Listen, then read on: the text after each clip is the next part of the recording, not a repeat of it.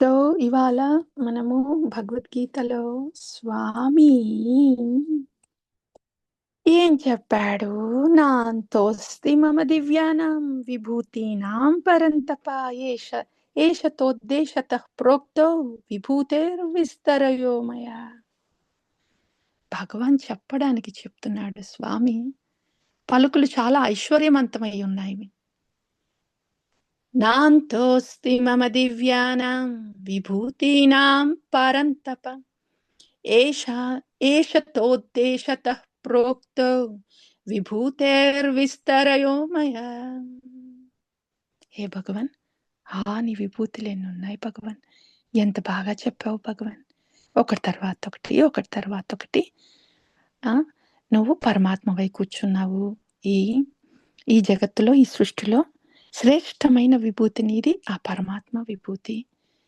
జీవిని కాపాడుకోవడానికి, తిరిగి భగవద్ధామాన్ని తీసుకొని వెళ్ళడానికి నువ్వు ఆ విభూతి రూపంలో కూర్చొని ఉన్నావు.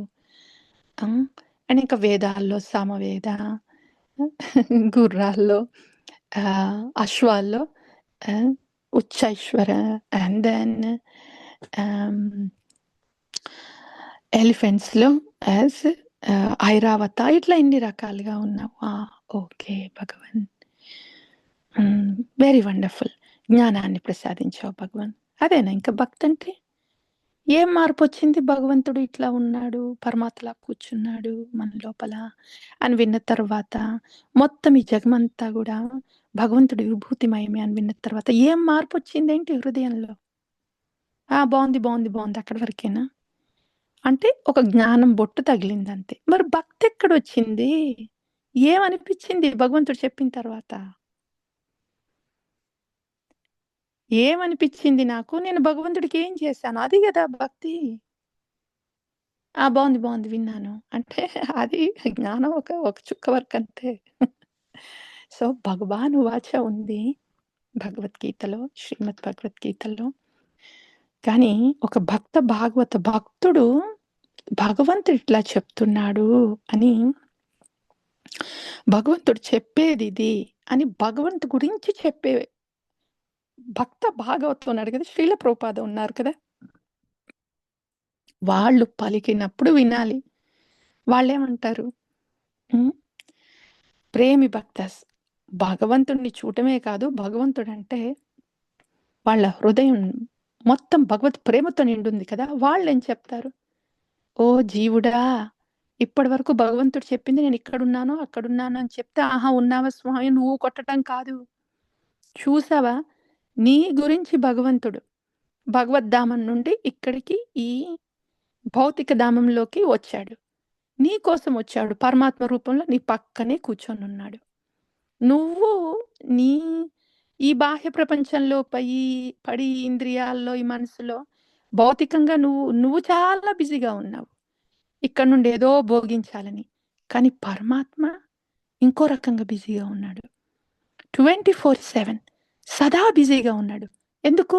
భోగిస్తున్నా, నువ్వు భోగిస్తున్నావు, కానీ పరమాత్మ నిన్నెట్లా ఆదుకోవాలా అని ప్రతి క్షణం బిజీగా ఉన్నాడనమాట. అరే జీవుడు ఇక్కడికి వచ్చి పడ్డాడు, ఈ అహమ్మమేతి అనే లోకంలో సుఖం అనేది ఉండదు.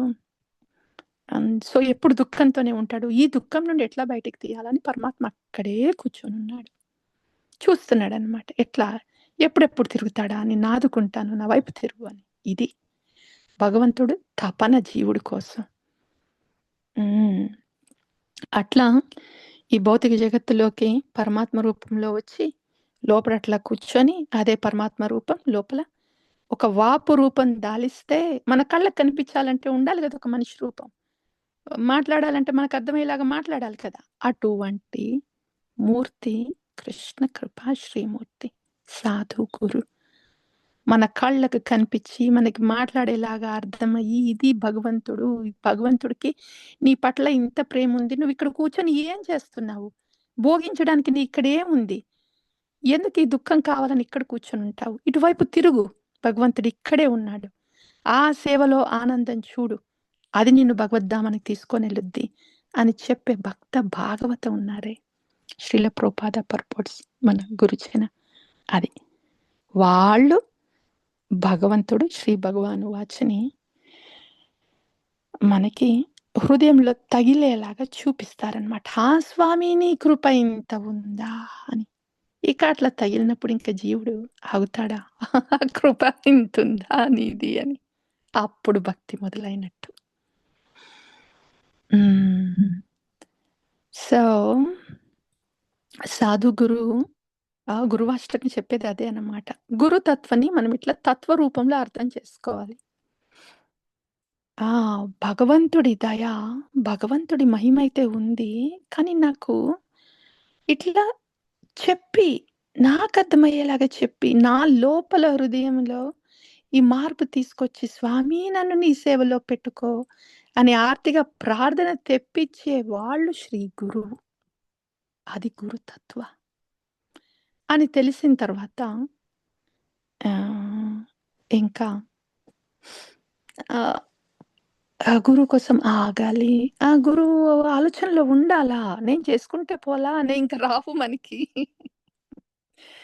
అది గురువాష్టకంలో విన్నామనమాట. సో, గురువు, సాధు గురువు హ్మ్. గురుదేవులు వాళ్ళు సదా మనకి శ్రీకృష్ణునిస్తారంటే ఏదో ఇట్లా ఇస్తారనమాట. అండ్ వాళ్ళు ఈ భగవంతుడితో భగవంతుడు పట్ల ఉన్న ప్రేమతో సదా స్వామి సేవలో ఉంటారు. సేవలో రమిస్తూ ఉంటారు. నామంలో ఉన్న స్వామి, శ్రీ విగ్రహంలో ఉన్న స్వామి, అందరి హృదయాల్లో ఉన్న స్వామి, ఎక్కడ లేడు స్వామి. సో, ఆ స్వామి దర్శనంలో ఉంటూ, ఆ స్వామి సన్నిధిలో ఉంటూ అనుక్షణం భక్తి రస ఆస్వాదన, సేవానందంలో రమిస్తూ ఉంటారనమాట. ప్రతి క్షణ ఆస్వాదన. మనం కూడా అటువంటి ఆస్వాదనలో ఉంటే వాళ్ళకి ప్రణిపత్తి చేసినప్పుడు వాళ్ళ ఆస్వాదన మనకొస్తుంది. లేదు. నేను ఆలోచిస్తాను. నేను ఇంకేమన్నా చేసి భక్తిని చేస్తానేమో ఆలోచిస్తా. వినేది వింటున్నా కరెక్టే. కానీ నేను కూడా ట్రై చేస్తా. ఇట్లా చేస్తా, అట్లా చేస్తా. ట్రై చేసిన తర్వాత అప్పుడు నేను భక్తి చేసుకో. అప్పుడు నీ లోకం వేరుంటుంది. నా భక్త భాగవత ఆస్వాదన లోకం వేరుంటుంది. నీ లోకం వేరుంటుంది. వాళ్ళకి ప్రపత్తి తీసుకున్నప్పుడు ఆ ఆస్వాదన లోకంలోకి మనకి అనుమతి ఉంటుంది. ఇది గురుతత్వ. హ్మ్.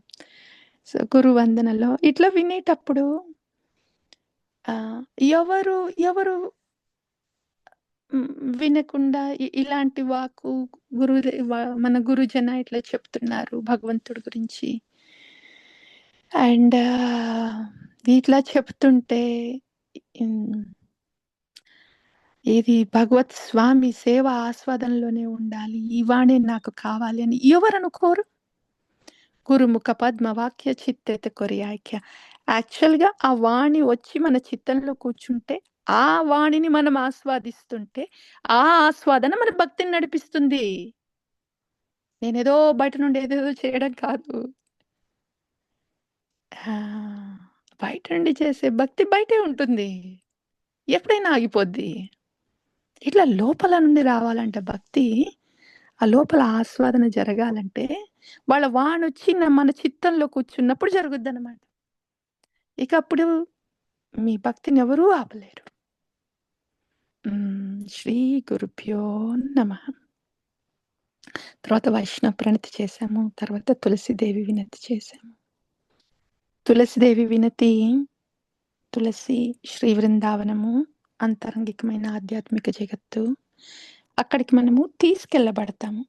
నేనేదో గొప్పగా ఆలోచించేసి, నాకు చాలా తెలివుంది. ఏ నేను నేనేదో చేసేస్తా ఇక్కడ భక్తి అనే ప్లేస్ కాదది. మనకి గురుముఖ పద్మవాక్య ఎంత మందం చిత్తత కొరియ ఐక్య అవుతుందో, అది మనల్ని ఈ బృందావనంలోకి తీసుకెళ్తుంది. ఆధ్యాత్మికమైన బృందావనంలోకి, అంతరంగికమైన బృందావనంలోకి ప్రవేశపెడుతుందనమాట. హ్మ్. సో, అది ఆధ్యాత్మిక జగత్తు. అది అని కాదు. ఇదే. ఇక్కడే ఉందిది. అంతరంగం మనకిక్కడే ఉంది. ఆధ్యాత్మికం ఇక్కడే ఉంది. ఇది ఆధ్యాత్మిక జగత్. నిర్మలమైన హృదయం. హ్మ్. నిర్మలమైన హృదయం. శ్రీ శ్రీ రాధా గోవింద శ్రీమతి తులసీదేవి. అండ్ తులసీదేవి, సో నీ నా మొత్తం నా దృష్టంతా స్వామి దర్శనంతో నింపవా. శ్రీ శ్రీ రాధా గోవింద దర్శనంతో నింపవా. హృదయమంతా రాధా గోవింద ప్రీతితో నింపవా. శ్రీమతి తులసీదేవి, నన్ను సఖీరాని గత్య సేవలో ఉంచవా. యప్. అండ్ దెన్ అది ఎప్పుడు జరుగుద్ది, ఎక్కడ జరుగుద్ది, ఎట్లా అవుతుంది? నామం ఉంది, ఈ నామంలోనే ధామం ఉంది. ఈ నామం మనం అంతరంగికమైనప్పుడు, బయట పలుకులే కాకుండా చిత్తంలో ఎళ్లి కూర్చుంటున్నప్పుడు, దెన్ ఇయన్నీ ఏమేమైతే వింటున్నామో అయి మనకి జరగడం మొదలుపెడతాయి. ఇవి ఊహించుకునేవి కావు. మనసు నిర్మలమైతున్నప్పుడు దానంతటది స్వామి కృప అన్‌ఫోల్డ్ అవుతుంది. తెరుచుకుంటుంది. ఇదేది ఊహించుకునేది కాదు. ఇదంతా ఎందుకు వింటున్నామంటే, అబ్బా! భక్తి ఇంత బాగుంటుందనమాట, ఇదనమాట భక్తి అని తెలియాలి.